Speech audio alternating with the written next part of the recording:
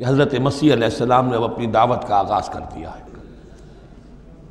انی قد جئتکم بآیۃ من ربکم، میں تمہارے پاس آیا ہوں تمہارے رب کی طرف سے نشانی لے کر۔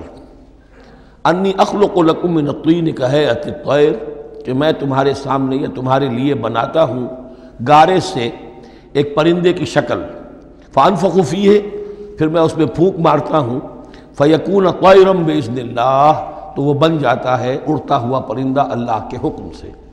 یہاں آپ نوٹ کرتے جائیے گا ہر معجزے کے بعد باذن اللہ باذن اللہ باذن اللہ، یعنی یہ میرا کوئی دعویٰ نہیں ہے، میرا کوئی کمال نہیں ہے، یہ جو کچھ ہے وہ اللہ کے حکم سے ہے۔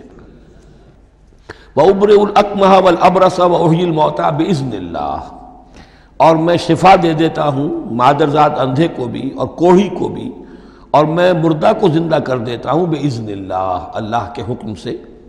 وَأُنَبِّئُكُم بِمَا تَأْكُلُونَ وَمَا تَدَّخِرُونَ فِي بُيُوتِكُم، اور میں تمہیں یہ بھی بتا سکتا ہوں کہ تم کیا کھاتے ہو اور کیا چیزیں تم نے اپنے گھروں میں ذخیرہ کر رکھی ہیں۔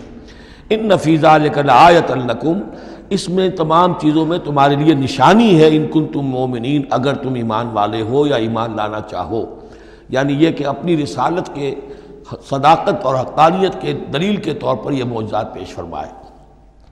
وَمُصَدِّقًا لِمَا بَيْنَ يَدَيَّ مِنَ التَّوْرَاةِ، اور میں تصدیق کرتے ہوئے آیا ہوں اس کی کہ جو میرے سامنے موجود ہے تورات میں سے۔ وَلِأُحِلَّ لَكُمْ بَعْضَ الَّذِي حُرِّمَ عَلَيْكُمْ، اور تاکہ میں کچھ حلال قرار دوں تم پر وہ چیزیں جو تم پر حرام کر دی گئی ہیں۔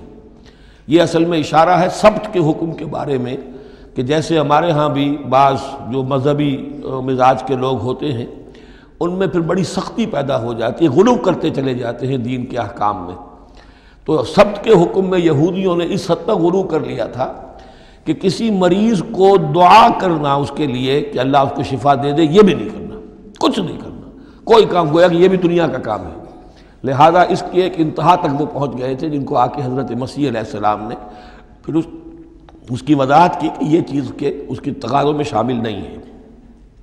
وَجِئْتُكُم بِآیَةٍ مِّن رَبِّكُم، اور میں تمہارے پاس لے کر آیا ہوں نشانی تمہارے رب کی طرف سے، فَاتَّقُوا اللَّهَ وَأَطِیعُونِ، پس اللہ کا تقوی اختیار کرو اور میری اطاعت کرو۔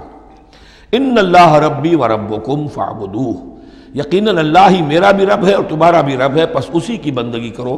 ھذا صراط مستقیم، یہی سیدھا راستہ ہے۔ آپ کو یہی الفاظ ملیں گے سورہ مریم میں انشاءاللہ۔